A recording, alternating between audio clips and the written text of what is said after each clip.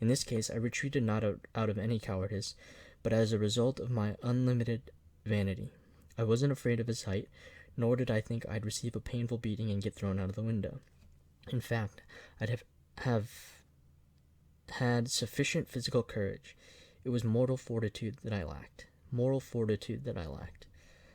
I was afraid that everyone present, from the insolent billiard marker to the foul-smelling, pimply little clerks with greasy collars who used to hang about, wouldn't understand and would laugh when I started to protest and speak to them in literary Russian, because to this very day it is impossible for us to speak about a point of honor that is not about honor itself, but a point of honor, a point d'honneur, except in literary language. One can't even refer to a point of honor in everyday language. I was fully convinced, a sense of reality, in spite of all my romanticism, that they would all simply split their sides laughing, and that the officer, instead of giving me a simple beating, that is an inoffensive one, would certainly apply his knee to my back and drive me around the billiard table. Only then, perhaps, would he have had the mercy to throw me out the window.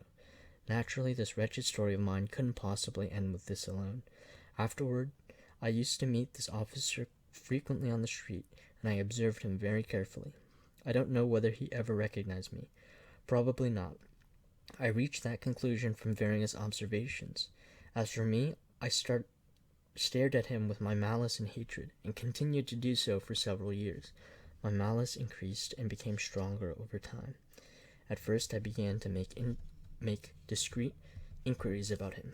This was difficult for me to do, since I had so few acquaintances. But once, as I was following him at a distance, as though tied to him, someone called to him on the street. That's how I learned his name. Another time I followed him back to his own apartment, and for a 10-kopeck piece, learned from the doorman where he lived, on what floor, with whom, etc. In a word, all that could be learned from a doorman. One morning, although I never engaged in literary activities, it suddenly occurred to me to draft a description of this officer as a kind of exposé, a caricature, in the form of a tale. I wrote it with great pleasure. I exposed him. I even slandered him. At first I altered his name only slightly, so that it could be easily recognized, but then, upon careful reflection, I changed that. Then I sent the tale off to Notes of the Fatherland. But such exposés were no longer in fashion, and they didn't publish my tale.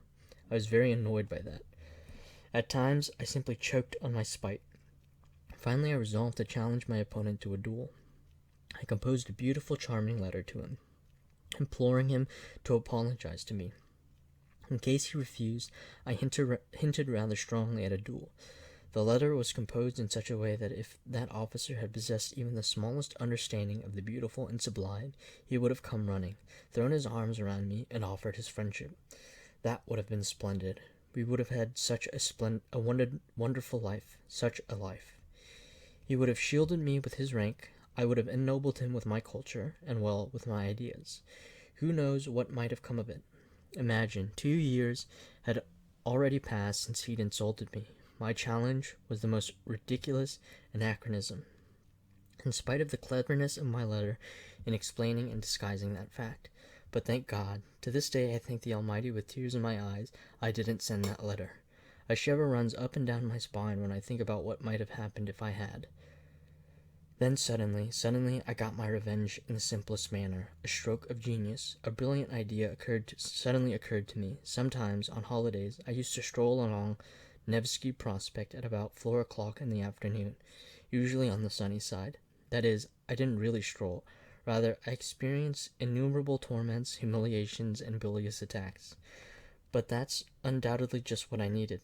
I darted in and out like a fish among the strollers, constantly stepping aside before generals, cavalry officers, hussars, and young ladies.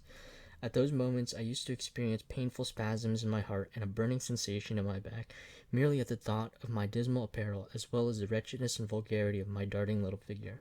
This was sheer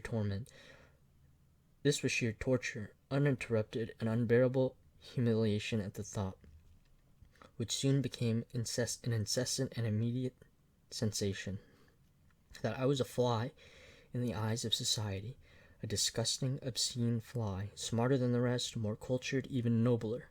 All that goes without saying, but a fly nonetheless, who incessantly steps aside, insulted and injured by everyone. For what reason did I inflict this torment on myself? Why did I stroll along Nevsky Prospect? I don't know. But something simply drew me there at every opportunity. Then I began to experience surges of that pleasure about which I've already spoken in the first chapter. After the incident with the officer, I was drawn there even more strongly. I used to encounter him along Nevsky most often, and it was there that I could admire him. He would also go there mostly on holidays. He, too, would give way before generals and individuals of superior rank. He, too, would spin like a top among them. But he would trample people like me, or even those slightly superior. He would walk directly towards them, as if there were empty space ahead of him, and under no circumstance would he ever step aside. I reveled in my malice as I observed him, and bitterly stepped aside before him every time. I was tortured by the fact that even on the street I found it impossible to stand on an equal footing with him. Why is it that you're always the first to step aside? I badgered myself in insane hysteria, at times waking up at 3 o'clock in the morning. Why always you and not he? After all, there's no law about it. It isn't written down anywhere. Let it be equal, as it usually is when people of breeding meet. He steps aside about halfway, and you step aside halfway, and you pass by showing each other mutual respect. But that was never the case. I continued to step aside, while he didn't even notice that I was yielding to him. Then a most astounding idea suddenly dawned upon me. What if, I thought, what if I were to meet him and not step aside, deliberately not step aside, even if it meant bumping into him? How would that be? This bold idea gradually took such hold that it afforded me no peace. I dreamt about it incessantly, horribly, and even went to Nevsky more frequently so that I could imagine more clearly how I would do it. I was in ecstasy. The scheme was becoming more and more possible and even probable to me. Of course, I wouldn't really collide with him, I thought, already feeling more generous towards him in my joy, but I simply won't turn aside. I'll bump into him, not very painfully, but just so, shoulder to shoulder, as much as decency allows. I'll bump into him the same amount as he bumps into me. At last I made up my mind completely, but the preparations took a very long time. First, in order to look as presentable as possible during the execution of my scheme, I had to worry about my clothes. In any case, what if, for example, it should occasion a public scandal? And the public there was a superflu, a countess, Princess D, and the entire literary world. It was essential to be well dressed. That inspires respect, and in a certain sense will place us immediately on an equal footing in the eyes of high society. With that goal in mind, I requested my salary in advance and purchased a pair of black gloves and a decent hat at Churkin's store. Black gloves seemed to give me more dignified, more bon ton. Black gloves seemed to me more dignified, more bon ton than the lemon-colored ones I'd considered at first. That would be too glaring, as if the person wanted to be noticed. So I didn't buy the lemon-colored ones. I'd already procured a fine shirt with my white bone cufflinks, but my overcoat constituted a major obstacle. In and of itself, it was not too bad at all. It kept me warm. But it was quilted and had a raccoon collar, the epitome of bad taste. At all costs, I had to replace the collar with a beaver one, just like on an officer's coat.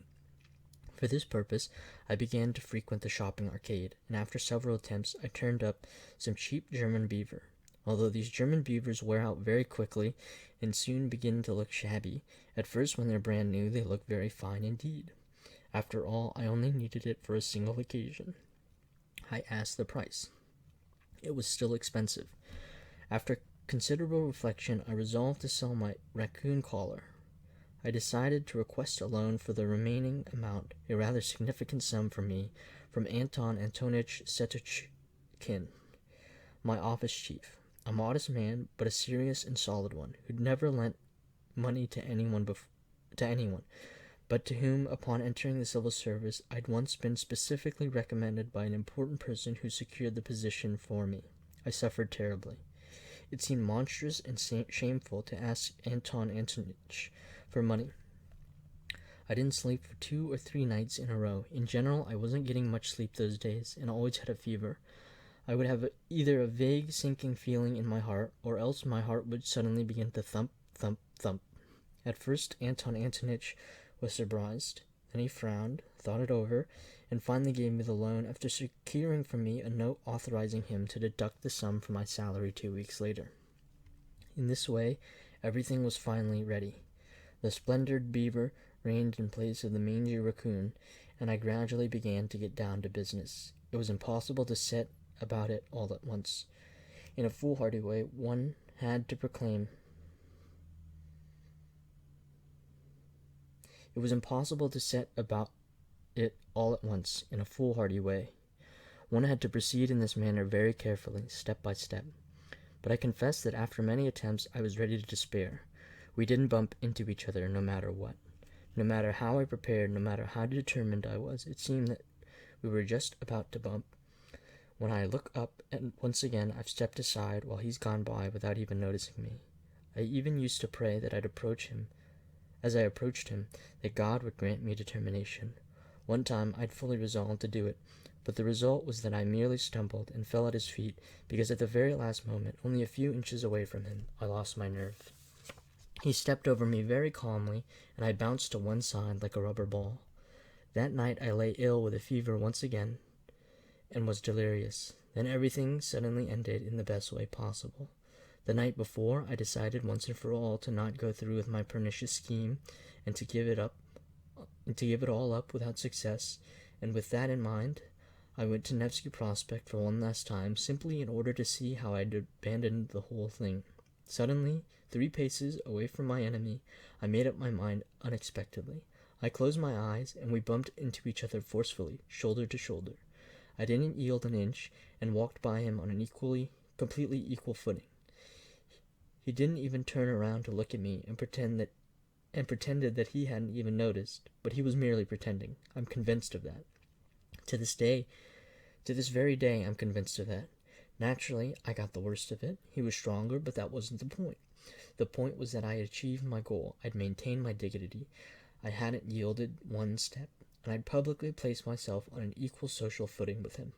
I returned home feeling completely avenged for everything. I was ecstatic. I rejoiced and sang Italian arias. Of course, I won't describe what happened to me 3 days later. If you've read the first part entitled Underground, you can guess for yourself. The officer was later transferred somewhere else. I haven't seen him for 14 years. I wonder what he's doing nowadays, that dear friend of mine. Whom is he trampling underfoot?